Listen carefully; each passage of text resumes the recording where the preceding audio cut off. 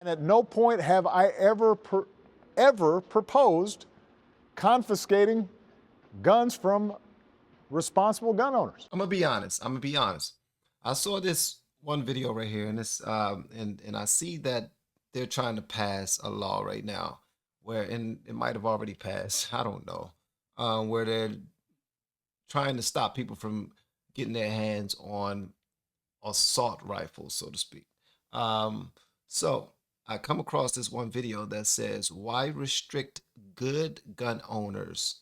That's a question that was asked from a resident at a town hall meeting, and he asked that to President Barack Obama when he was in office.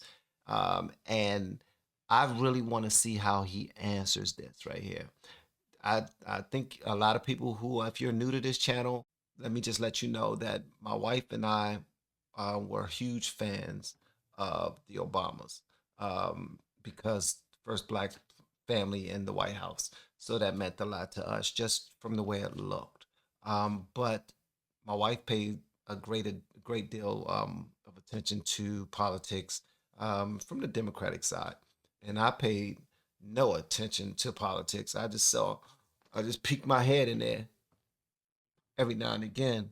And I say, "Oh, you looking at MSNBC? Okay, you must be checking out some good stuff. You looking at Fox? Why are you looking at Fox?" So that's how it was. So it would be awesome if you go through our playlist and see how much we've learned since we've started down this journey. But anyway, I want to see how Obama answers this question right here. So let's get to it. So good guys, why then do you and Hillary want to control and restrict and limit gun manufacturers, gun owners, and the responsible use of guns and ammunition to the rest of us, the good guys, instead of holding the bad guys accountable for their actions? And Mr. President, if I may, I'd like to use Chicago, your hometown, a city that has some of the strictest gun laws in the nation, a city that for decades and still is under Democratic control, a city that has an outrageous and even embarrassing murder rate as my first example. Why can't we round up these thugs, these drug dealers and gang members, and hold them accountable for their actions,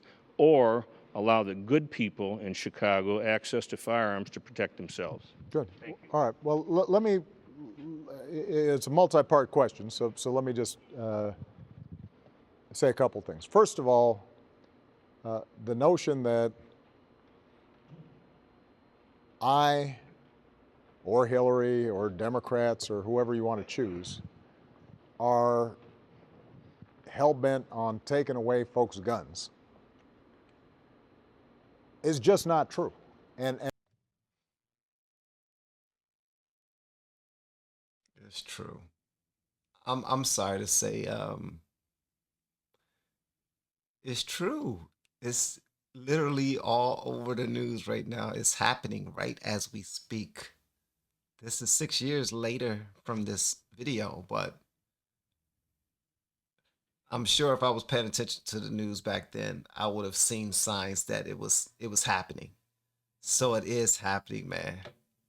It's true. I'm sorry. It's true. And I hate to say this to President Obama, but it's true. And hopefully that's just a flat out fib, bro. And I don't care how many times the NRA says it. I'm about to leave office.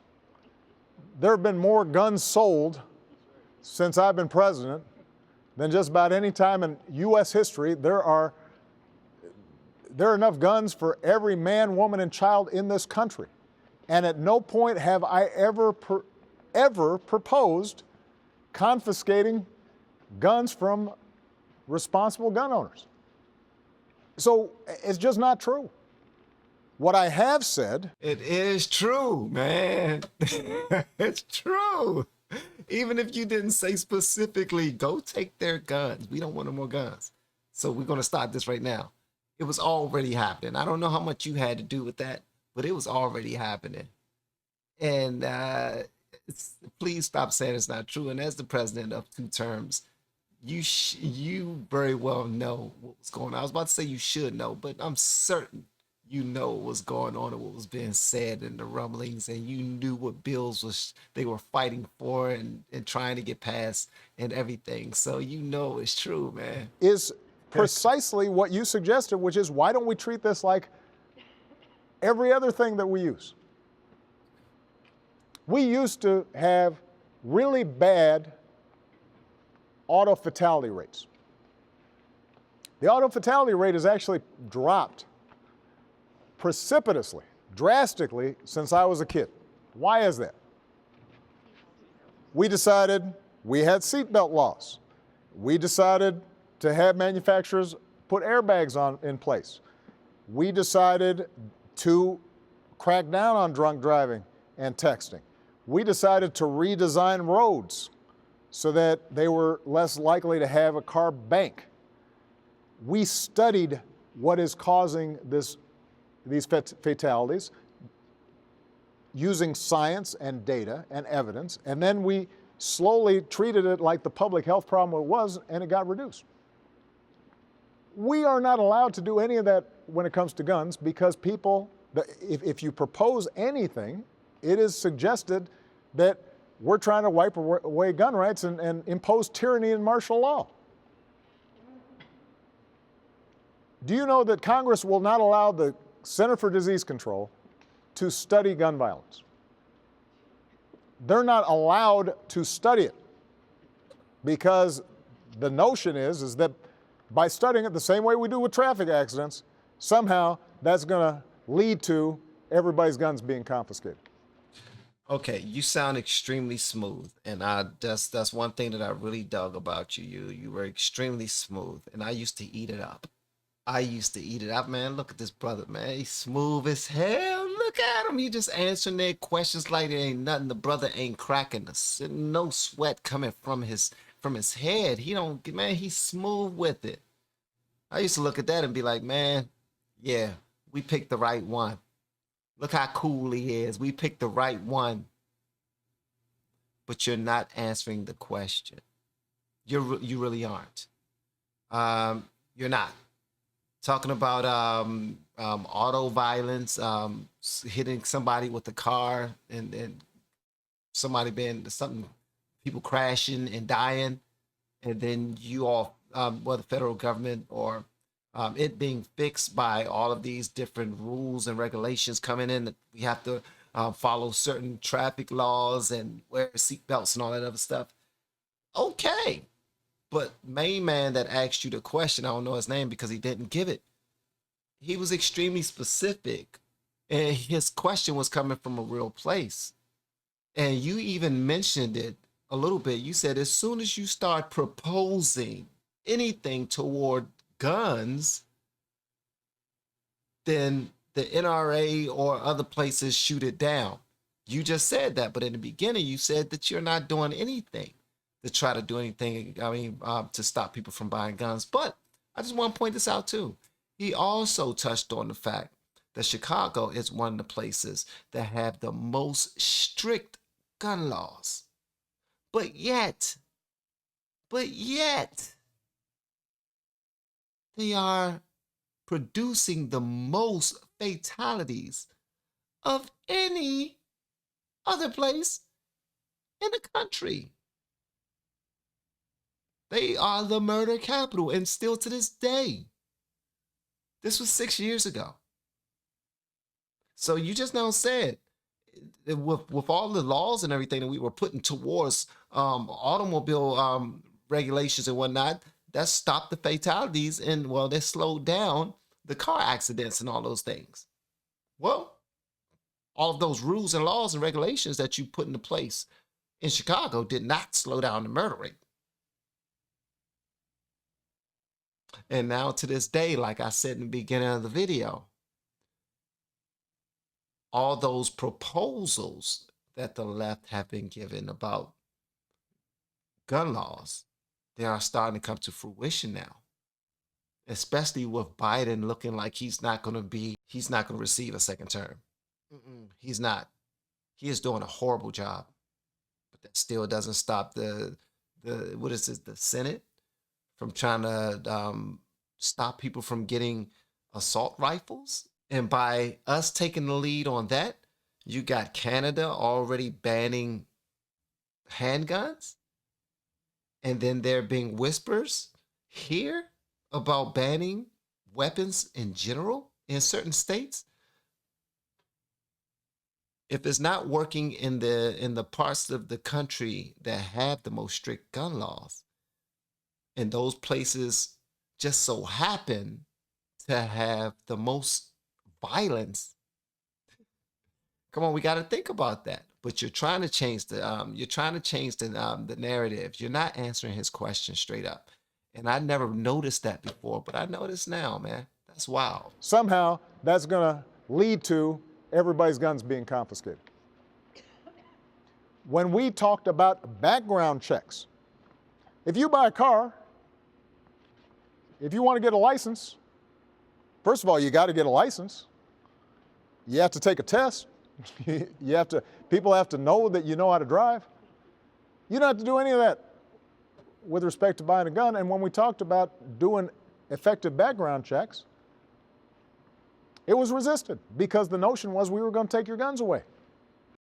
That wasn't the reason why. That was part of the reason why it was resisted. But the main reason why is because you're saying that people have to go through all these loops and whatnot in order to own a gun. But you'll allow a 17 or 18-year-old to sign their life away to the federal government as a soldier, and then you will put a gun in their hand without seeing if he was mentally capable of having that weapon, of taking a life, or watching someone that they've become close to have their lives taken. It's so many things. People are joining the military before they even have a driver's license. Now, please correct me if I'm wrong. If I'm wrong, I've been wrong a whole lot. I'm not ashamed of it. Charged to my mind and not my heart. But that's just another excuse that I'm just now being made privy of, and I'm hearing you do it, man. And I used to think this was smooth, but it really isn't. I just came from a meeting today in the Situation Room in which I've got people who we know have been on ISIL websites, living here in the United States, U.S. citizens,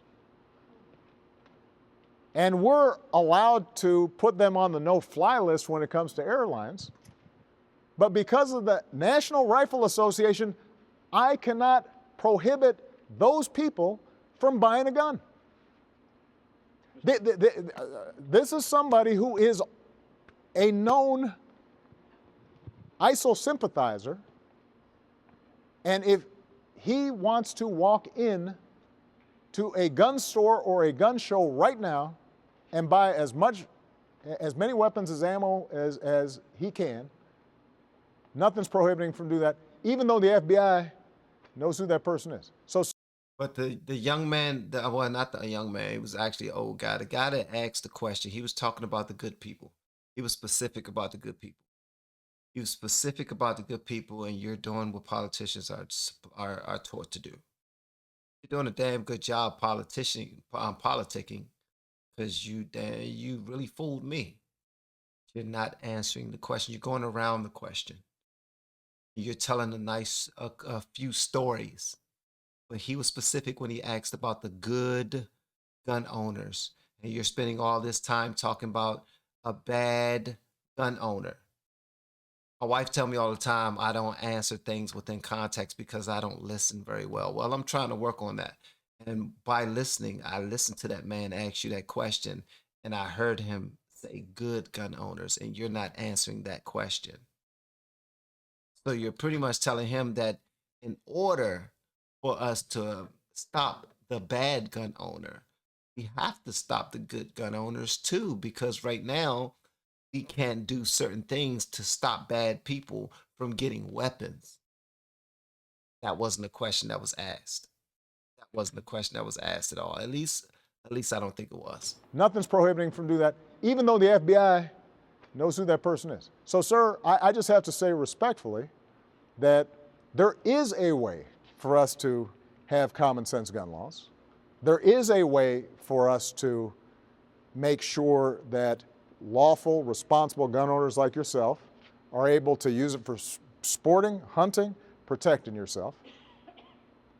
But the only way we're going to do that is if we don't have a situation in which anything that is proposed is viewed as some tyrannical destruction of the Second Amendment. And that's how the issue too often gets framed. It's a good guy. All right, now y'all tell me if y'all thought that was a good answer, because I didn't hear it that way. I heard an answer. No, not good answer. Not good answer, because that's too subjective.